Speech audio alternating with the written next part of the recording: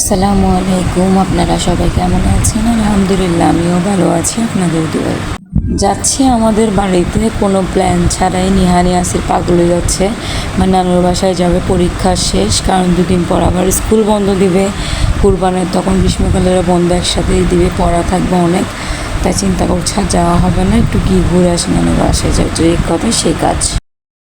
বাসায় আসার পর আম্মু নাস্তা দিয়েছে, ফ্রেঞ্চ ফ্রাই দিয়েছে, টিকা, এত মজা হয়েছে, টিকা না সরি চপ, সাথে আছে শরবত, আছে সেমাই, আলহামদুলিল্লাহ। তো এই তো এখন বিকেলবেলা একটু হাঁটাহাঁটি করছি, কি আর করবো, আম্মু মনে হয় একটু বাসায় গিয়েছে, আর ওই সাইডে আছে নিহান মোবাইলে গেমস খেলছে, আর আমি এখানে হাঁটাহাঁটি করছি। ভালোই লাগছে মার বাসায়, আমাদের বাসা তো দুইতলা, একটু ঠান্ডা ঠান্ডা বাতাস আসছে, এখানে তো চারিদিকে গাছ, ভালোই লাগে আমাদের বাসায় আসলে। তো ঠিক আছে, সাথে থাকুন। তা আমি যখন ভিডিও করতেছিলাম বলছে ফুফি ফুফি আমাকে একটু ভিডিও করো না।